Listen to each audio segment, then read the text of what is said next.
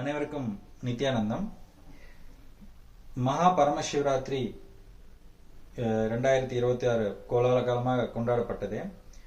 இந்த பரமசிவராத்திரியில எல்லா கோயில்களிலும் 6 கால பூஜை அர்ச்சனைகள் வெகு சிறப்பாக நடைபெற்றது. பகவான் நித்யானந்த பரமசிவம் அவர்கள் நேரடியில் தரிசனம் அளித்து சத்சங்கமும் வழங்கினார்.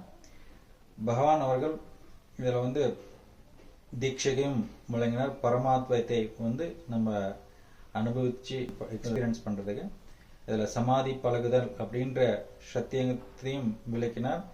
தினந்தோறும் வாழ்க்கையில நம்ம விட்னஸ் சாட்சியுட சாட்சி இந்த தியானத்தை பழகும் போது நமக்குள்ள அந்த சமாதி எக்ஸ்பீரியன்ஸ் நம்ம உணர முடியும். நம்மளுக்குள்ள இருக்கிற இந்த 7 சரீரத்துல